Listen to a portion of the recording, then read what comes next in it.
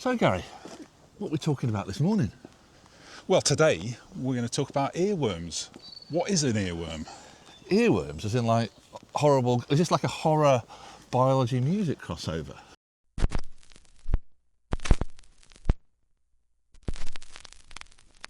A medical phenomenon. It's called involuntary cognition, you know? In some ways, I like an album without any earworms. Slow burn. Slow burn, and that's a slow burn, so I'm going to eliminate that if we're strictly speaking earworms. Do you know where the term earworm comes from? I don't know. Well, it's very interesting. It comes from the German Ohrwurm, which translates as earworm.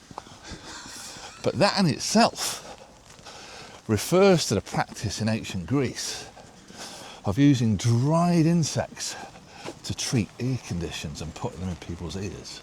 Yeah, I don't think we do that in the NHS these days, do we? Hang on a minute. Well, that all sounds very interesting, Neil, but I thought we were here to talk about choosing earworms for our next vinyl club.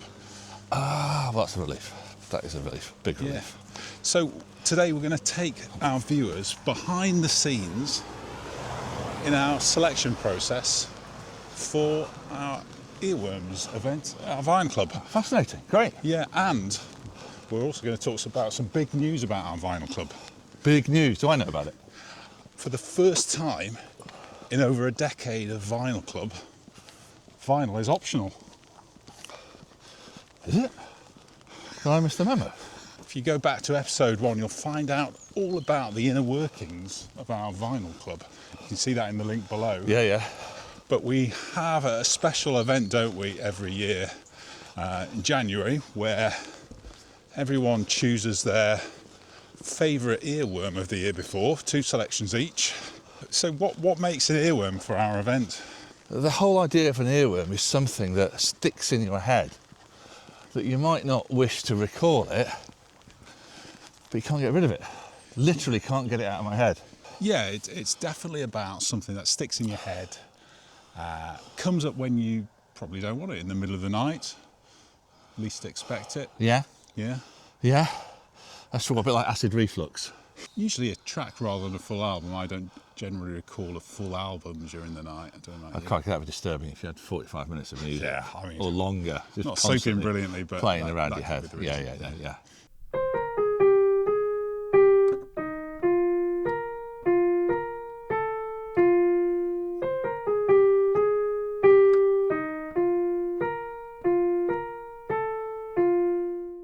But let's talk about the format change for our vinyl club, because if you look back at episode 1, we were quite, we talked about vinyl, how that is fundamental to the listening route. But this time, any format goes. So we're talking CDs, cassettes. I think it will be good for this one, because if it sticks to that idea that maybe you're returning to something that you had previously, but you'd only had that on a different format. Yeah. And I think people tend to have different formats at different stages of their lives, don't they? I know I bought a cassette player for the first time when I started working, because I only had a small attic room and didn't have room for a record player, etc. And bought a CD player a few years later when I got a bit more money, so most of my collection then was on CD. So I think it's fine for that. Well, CDs are definitely making a bit of a resurgence, as I said in the Albums of the Year episode, and I popped down to my local record store, Music for the Soul, in Urmston, and I spoke to Dave about CDs and just to see how they're going down in his shop at the moment. So when it comes to CDs, I've always sold CDs. I started my business selling CDs back in 2015.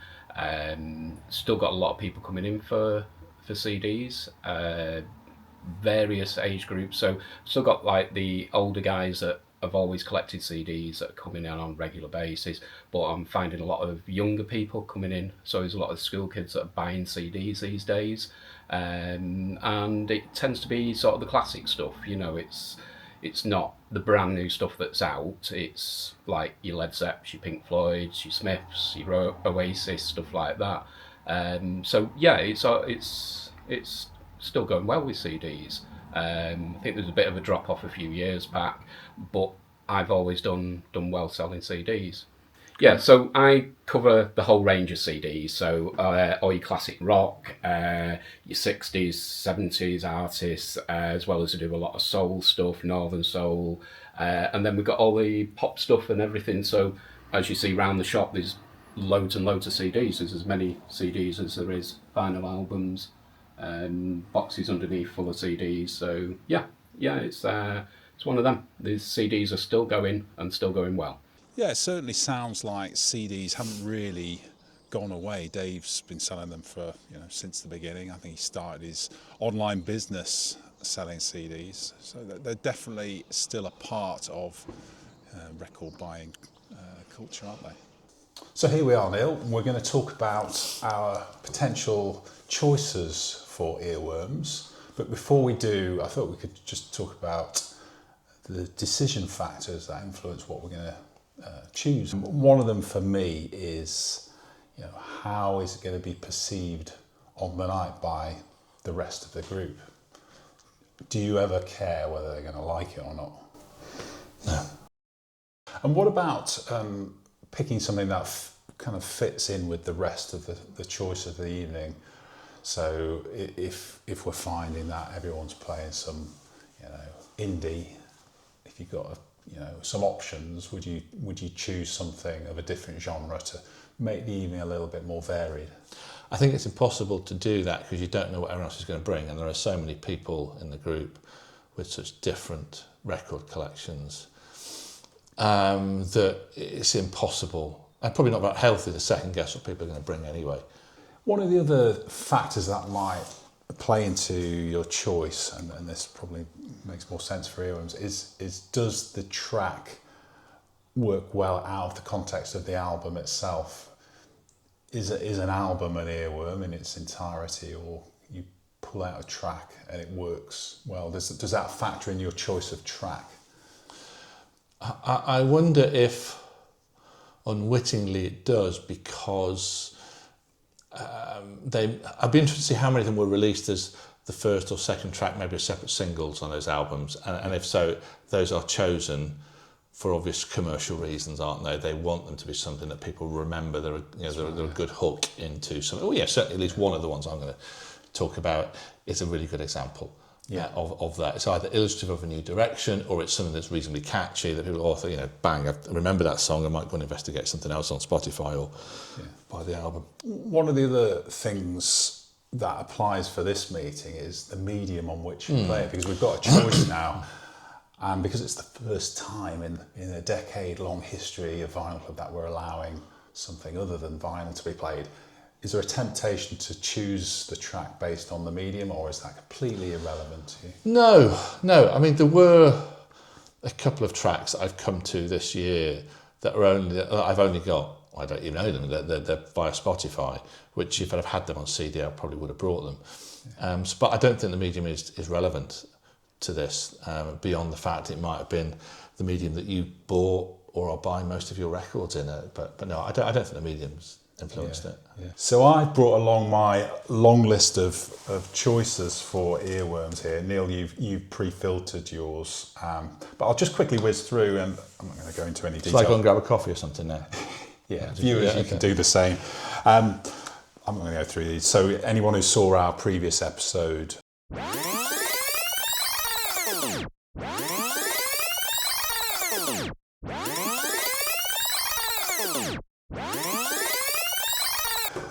I've even brought a cassette along, my only cassette purchase of the year, and regular viewers will remember that we joined the Bandcamp listening party for Elsa Hewitt earlier in the year, because this is way back in January, January 2025.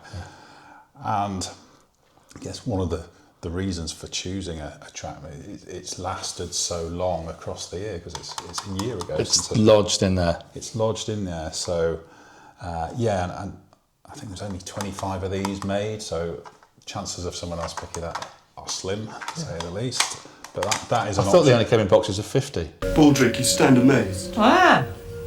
I thought they only came in boxes of 10. Another one, Yoshika Colwell, another episode recently, great album. And then there's a few other bits. So I've got so many to go through and figure out what to choose. I've got to get that down to 4 So Neil, what have you got on your shortlist? So, first the CD, I'm going to go the CD route, is an artist called Steve Myro. Now, I think one of the things I've discovered in recent months is this fascinating subculture of post-punk DIY music that emerged in Manchester in the late 1970s. Several sort of really interesting acts there, whether it's The Out, great single Who Is Innocent, 48 Chairs of John Scott's band. But there's also a label called Objects, which was set up by the artist Steve Solomar, who had a band, Spherical Objects, and the various offshoots of that, or people who record on that label. And one of them is a guy called Steve Myro, who I wasn't aware of, but I came across courtesy of James Nice, who wrote the book about Factory, Shadow Players, and has set up a really interesting label called LTM, which viewers may be aware of, who are re-releasing a lot of the old Factory and Factory Benelux stuff. He very kindly sent me this CD because it helped with some research I was doing. And it is just really neat, 2.5 minutes, post-punk, DIY. And this is from the second album that Steve Myro produced. The album is called Second Sentence. I mean, all the tracks, I think are sort of classic earworms, really. But I went with the third track, Something in a Nutshell, which is great. A really good album, Steve Myro. Sadly, he died just a few years ago, but really interesting artist. Second one I would go with is from the South End fraternal duo, These New Puritans. This is a brilliant album, Crooked Wing. Interestingly, again, it confirms my correct view that end of year lists are a waste of time, because it didn't include I think barely any list. I didn't see that anywhere at all, and it's a phenomenal album. If you like sort of late period talk, that sort of pared back stuff, it's great. Several here, but I think I'd go with A Season in Hell, because there is a really nagging introduction there that you can't get out of your head. I wouldn't say it's especially tuneful, but it lodged itself in the memory bank there. But that's a great album as well. It's a good selling track. Again, an album which I think disproves some of the magazine end of year lists, because it didn't appear, because it didn't come out till November. It's always a problem, isn't it, those late releases? Well, it was November. There was still probably 2 months of the year to go. So if you have your end of year list that ignores a sixth of the year, there's a problem. Yeah. But it did actually feature as the Sunday Times and Guardian album of the year. So Rosalia, Spanish artist. The album is called Lux. This is the first one that's really had a cut through in non-Spanish markets. It is sung remarkably in 13 different languages. It features the London Symphony Orchestra on every track. The song's about saints. It's you talk about albums that grow on you and grow on you, that you love. This is it, because there is so much going on. It's so complex and sophisticated.